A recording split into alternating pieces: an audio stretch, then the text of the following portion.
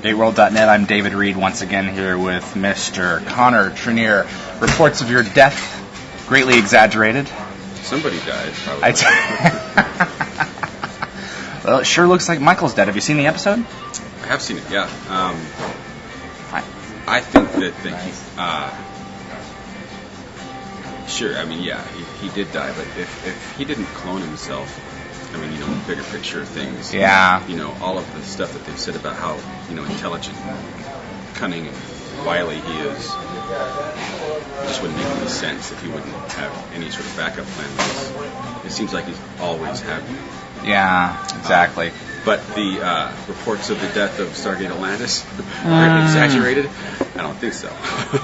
No, they're working on a movie right now. Are they? Well, I mean, for the series. Yeah, for the series. Yeah, exactly. What did you think about that when you heard that the show was canceled? Were you surprised? Were you... Well, I mean, I hate to say this, but no. I mean, I've gone through this before. Oh, yeah. We got 99 episodes out of Enterprise, and once you hit that century mark or get close to it, and that means you're getting syndicated. Mm-hmm. I actually had dinner with Joe and Jason while I was up there doing this last episode, and I asked them about that, and I didn't want to be the dealer of bad news, but I was like, well, I mean, have you thought about the possibility that you guys are going to be at 100, and how are the ratings, and blah blah blah. Ultimately, it turned out to be true. I think it was just a couple of weeks after I was up there that they made the announcement. Yeah, and I was not surprised. Nor would I have been surprised had it carried on. Mm-hmm. But, in today's day and age, it seems that networks want to pull a plug kind of after they get that 100 shows. Yeah. Once you're able to sell stuff in box sets, it changes the landscape of what it means to have a show for a long time. And what's a long time anymore? Mm-hmm. It's disappointing. I mean, it's nice going up to Vancouver 2 or 3 times a year. Right. So, well, it'll live on in syndication. That's for dang sure. That's true. That's one of the beefs that I had with it. He was, if you looked at the story of the show, Michael was very important to the story, but we only saw him once or twice a year. Did you regret not having more shows, more involvement in like episode by episode, like maybe 4 shows a year? Because some of those villains, they return often, and Michael would come out of hiding and throw his weight around and then retreat again. I think he got talked about more than you probably saw him, and I think that sure it would have been nice to go up there. I'm not sure how to put this, but I got a little bit... I would like to have seen them expand his situation more in the sense that, let's get over the fact that he's upset at you guys. Let's get over the fact that you've done this to me. I mean, I don't know how many times I said you guys have done this to me. Yeah, and even in the last episode, you did this. Right, and so it would have been nice to, if they were going to have that be a major part of the storyline. I think it was just a good story. I don't think it was so much a major story. It was just one that people responded to, I think. So, I mean, by the end of it, I was kind of like, well, we need to do something here. I mean, kill him, or do something, or shake it up. Make him change somehow, or make him more effective. Make him make the rest of that universe more affected by what he's doing, as opposed to just being a sort of occasional annoying thorn in the side. Oh, Michael's back. Ah, jeez. Yeah, exactly. How are they getting there? Well, we're not really sure. They were going back and forth on what his plan was. His hybrids. He was going to basically conquer the galaxy. And a lot of us were wondering in the end, by the time that he came to Atlantis and planned on blowing it up, a lot of people were thinking that he really played a bad game of chess, painted himself into a corner. Do you think in the end he really had the resources to take over the galaxy, or do you think he made some wrong turns and got himself in a bit of a pickle? I don't know. I don't see why he didn't have the... I don't know if the possibility wasn't out there for him to do something like make a charge like that and I guess go for it. I never really particularly understood why if that was his sort of MO. Why go back to Atlantis? Yeah. I have to say this much. I really felt that it had to be. He wasn't in love with Kayla. Yeah. That there had to be. It was never really written into it, but there had to be some sort of draw. Something was going on there, yeah. To her, and that. Well, that child obviously had a special thing about it, but even beyond that, I think that at least me, for the actor, had to anchor it personally, and that was sort of like my little secret. Maybe it wasn't even that much of a secret, but I mean, I really had to play that relationship with her. When she says no, he got unhinged about the whole thing, about her not coming back, and why was he so, obsessed? And not only was he obsessed, but like the choices he made surrounding her seemed like an obsessed boyfriend, to be honest. Well, even Tammy was talking about he was borderline psychotic, and when we last saw you, the season 3 episode Vengeance had aired, and he was basically going to experiment on her and then probably kill her in the process. And she was in the podcast discussion where we talked about this episode where Tammy specifically raised the point that this is odd. He was going to kill her, and now he's he's basically asking her out, and not exactly that, but that for me made more sense, because that went back to the first episode and how he seemed to really connect with her. I don't know. Again, the leaps that were taken, it seems, with scenarios like that, it made me wonder. Are we paying attention to this timeline? Are we paying attention to like the arc of the story? I'm sure they were. Of course they were. But it made it kind of difficult for trying to make that organic, the situation. Now I'm really? Am I really gonna do that, or am I just saying that? So it was kind of an interesting acting exercise, because I would have to make choices about, like, am I telling the truth? Just sort of like from my own sense of it all. Well, either that or just shifting priorities. He's not exactly sure what he wants, which I think has been the case with this character. I think he's never truly. Once we meddled with him, I don't think he ever really knew what he ever wanted after that. He was a man without a home. Yeah. And I think that did play into pretty much everything that happened. He was kind of grasping at straws, all of them. There was a time when he was working with them. Yeah. It was for his own benefit or good. Yeah. But, there he was somebody who just didn't have a lot of grounding. It was a hell of a lot of fun to play. Oh yeah, exactly. I was amazed with the visual effects in this episode, which we can get to in a minute. But the fight scenes.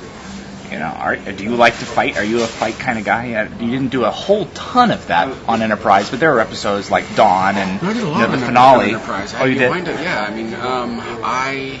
do. It is more difficult with all that goop on. Yeah. And the heels that I wound up wearing, the boots that I had. But Bam Bam's fights are much more involved than anything I'd ever done before. And especially where we were in that, I didn't have a lot to do, because also the way the scheduling worked out, we didn't have a lot of time for rehearsal. Yeah, I know. There was a hiatus that had happened, and I forget what exact issues were. At any rate, I didn't have a lot of time. I had enough time to sort of learn some of it, and then I think that with the space dictates a lot of what you're going to be able to do anyway. But I mean, my stunt guy was awesome, and I did do some of it. Oh, you did? Mm-hmm. I did do some of it, not a lot, but the way they shot it, you couldn't really tell. But it really was you in some of that. Some of those wider definitely. shots with Joe and you on the balcony. That shot, was any of that you? Yeah, I mean, I did portions of all of those fights. Oh, okay. That's cool. The full-on gymnastics stuff. That wasn't me. Oh, okay. You know what I mean? I'm talking about the flipping and flying and doing moves that I have no idea how to do. Well, it was impressive, and I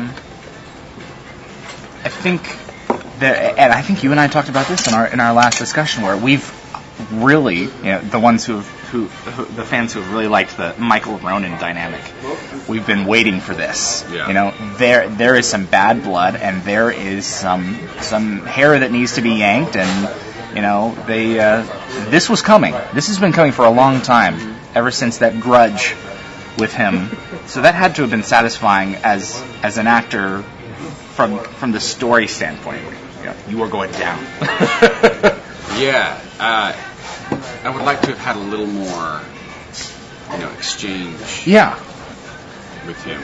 Yeah, I agree. No, it was nice to have some sort of at least some relating to how that angst. Well, if they, that was one of the complaints that was raised about the Prodigal, where we finally see you, and then we spend 20 minutes of the episode figuring out what the hell is going on, and I'm like, and we're like, what's going on with Michael? Take us back to Michael. What's he doing with Taylor? Well, what's going on with that? But and it was kind of quick. The fight scenes did feel kind of like just before the end, let's throw these in there. But I thought they were pretty rewarding, and you kicked Ronan's ass. Yeah, they're good fights. Yeah, they're good fights. They were fun to watch, and also the way that they shot them, especially the one with Joe,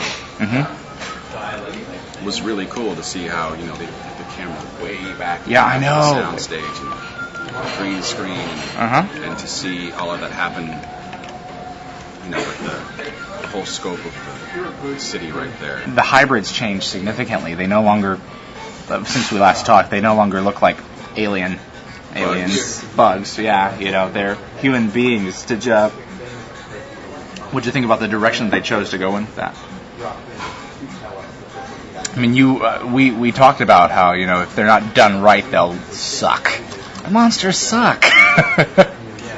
Yeah. I hadn't really thought about it, but I have to say that I would.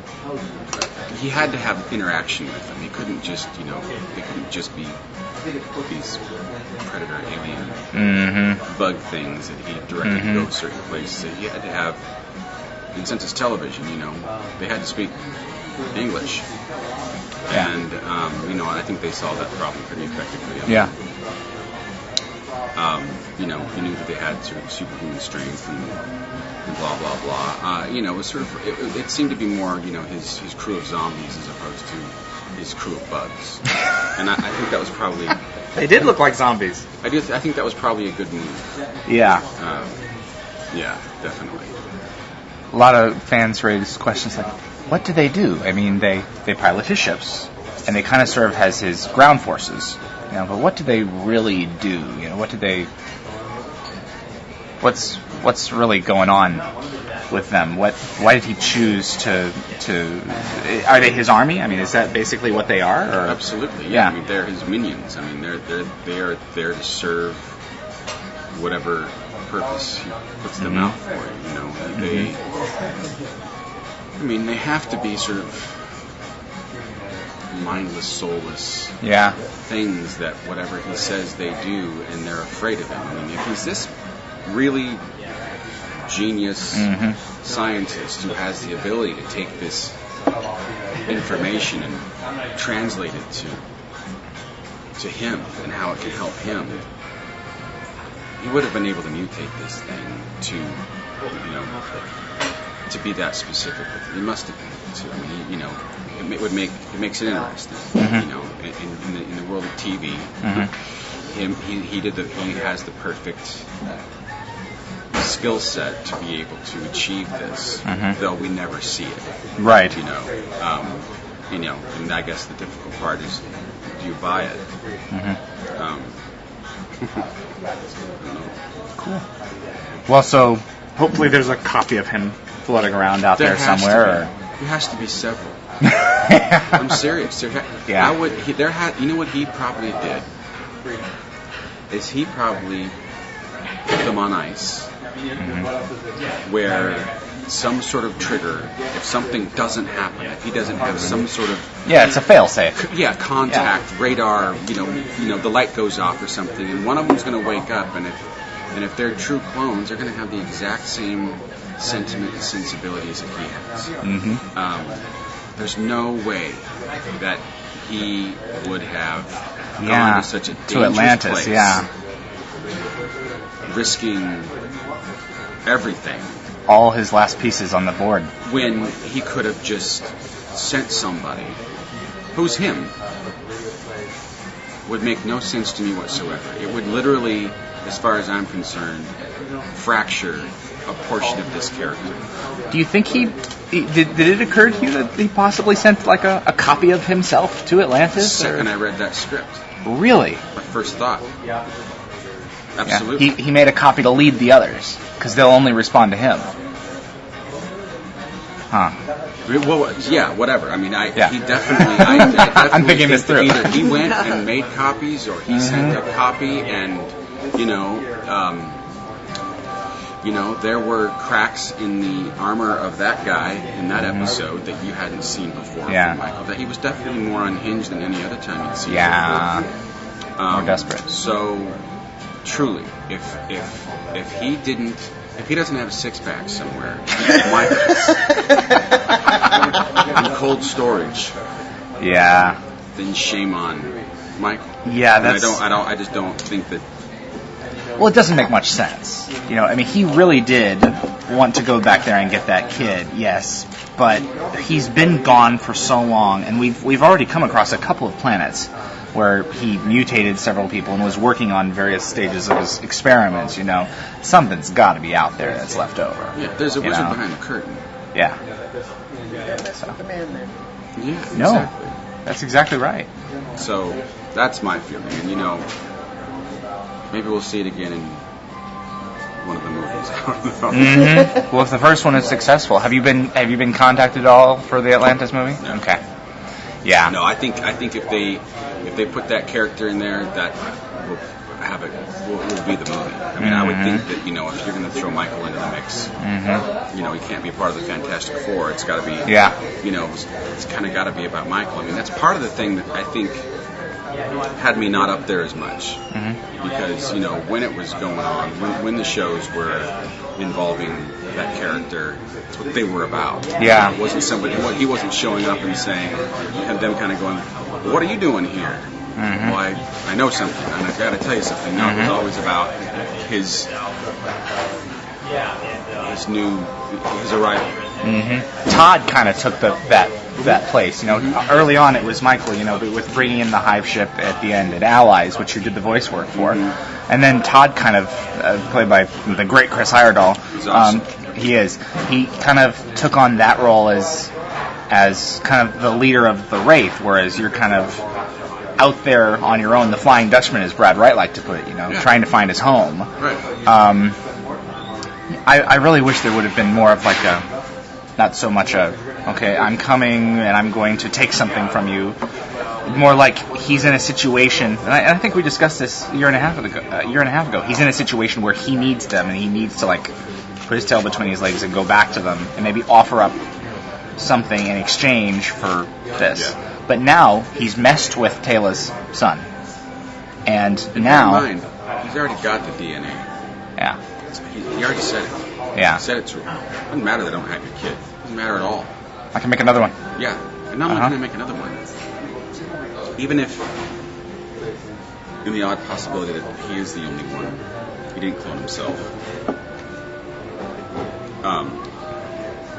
He would have instructed his army to do his bidding with his child. So, yeah, I mean, the fact that he fell down to his death. There's so much going on with that. Like the remainder of that story. That, I'd be curious to know if they have any interest in exploring that. I really, frankly, I don't have a lot of time. I watched my episodes. I'd watch an occasional episode here and there, but I really wasn't well versed on the world of that show. So I don't know how much he came into play. How big a part of all that he was. He was coming up he was mentioned every 2 or 3 episodes. It was a lot. I didn't watch every Enterprise episode, and I was in every Enterprise episode. Have you seen them all now? No. Really? You don't own the box? You haven't? You just haven't seen them all? I've started to go through the first season slowly. Yeah, I just watched Dawn. Odd, right? No, it's a good, and like I told you in the email, the longer the older that the show gets, the more I like it. Yeah, I have to tell you that people come up to me all the time now. People who used to come up and say, that Enterprise show. Yeah, I've heard this a lot when I was doing this show. They like you, but I don't really like your show. And I'd be like, you're not paying me, so I don't really care. But, since then, I have to say that at conventions or just out and about, the airport's a strange place because I probably get approached more at airports than anywhere else. Yeah. Most actors do. Yeah. I think people, stopped complaining and learned to love the show. Yeah. When I've gone back to see it was a good show. It was a good show, and I unfortunately didn't get a chance to have that 1 year where it got seasoned. They were just, I think in season 4 they were still we were getting our sea legs. And we had, one more. Yeah. What I think I've started to kind of sail. I have to disagree with Jolene on this, and I know she was of course very vocal, but I've seen every series of Star Trek and most of the episodes. I have to say that season 3, in my opinion, was the most cohesive season of any Star Trek ever. You guys did the self-contained story that is perfect for DVD watching because one goes to the other, goes to the other, goes to the other, and it's a good story. She wasn't a whole big fan of season 3. Which I'm surprised at, because it kind of took to fall down a side road with you particularly. But in season 4, it kind of recovered. That addiction to the whatever stuff. Yeah, right. Yeah, that's right. The show had a great year then. I thought there were some great stories in there. I don't know when you talked to her, but Oh, I read this. Oh, yeah. I don't know how much you liked the job to begin with. So. Oh, okay. Do you keep in touch with any of those guys? Anyone in particular? I see Dominic fairly often. Oh, you do? Okay. I see him at conventions. But he lives just up the street. Oh, he does? Okay. Yeah, so we're kind of neighbors. And then going to Scott's Christmas party tomorrow night. Oh, cool. Does he have a big one every year? He has a pretty good one, yeah. I saw Anthony recently. I haven't seen Linda for a while. I saw Jolene probably. I saw John in the last few months. Wow. We don't keep, with the exception of Dominic, I don't keep up with anybody. Okay. It's tough with kids. Yeah. Don't have that. Just don't. Hey, come on, hang out. No, I can't. I gotta play Daddy. It's 9:30, and I should be in bed. Yeah. You don't have a little guy getting up at 4 a.m. Right. Exactly. So what's the next big thing for Mr. Trinneer? I don't know. Don't know. I've got a few things in the can that are coming out in the next few months. A couple TV shows, a movie of the week for Sci-Fi Channel. Yeah, you were. I think you were hinting at that a year and a half ago, where you were working on that with someone. No, I Okay. did this in April. And Okay. I found out about it like 2 months before that. So Oh, so you've already filmed it? yeah, What is it? it's called Termination Shock. Did it with James Cancellation from Heroes and some other Okay. Americans and some other Bulgarian actors. Shot in Bulgaria. Oh, really? Yeah, that's where they shoot all of them. They shoot all the Sci-Fi Channel movies in They Bulgaria? shoot, yeah, almost all of them. Yeah, For the jungle aspect, or the cheap Oh, money okay. Yeah. aspect. Okay. It's Oh, yeah. cheap to shoot out there, and they have, they've got a pretty good infrastructure for doing it. They're doing it for like 12 years now, making the movies out there. Okay. But besides that, after the holidays, pilot season kicks in, and I don't know. I'm an actor for hire, man. I'm just out there hitting the pavement and looking for work. It's Do you find yourself enjoying that type of insecurity? Like, I don't know what's around the next corner? Because a lot of people just feed on that, and like people like me, I couldn't take it. depends. It depends on. I probably used to more than I do now. Well, yeah, you have other ones my to think priorities of. are a bit different now, but I'll say this much: it's a whole lot more comfortable to know that you're going to work every day on a show than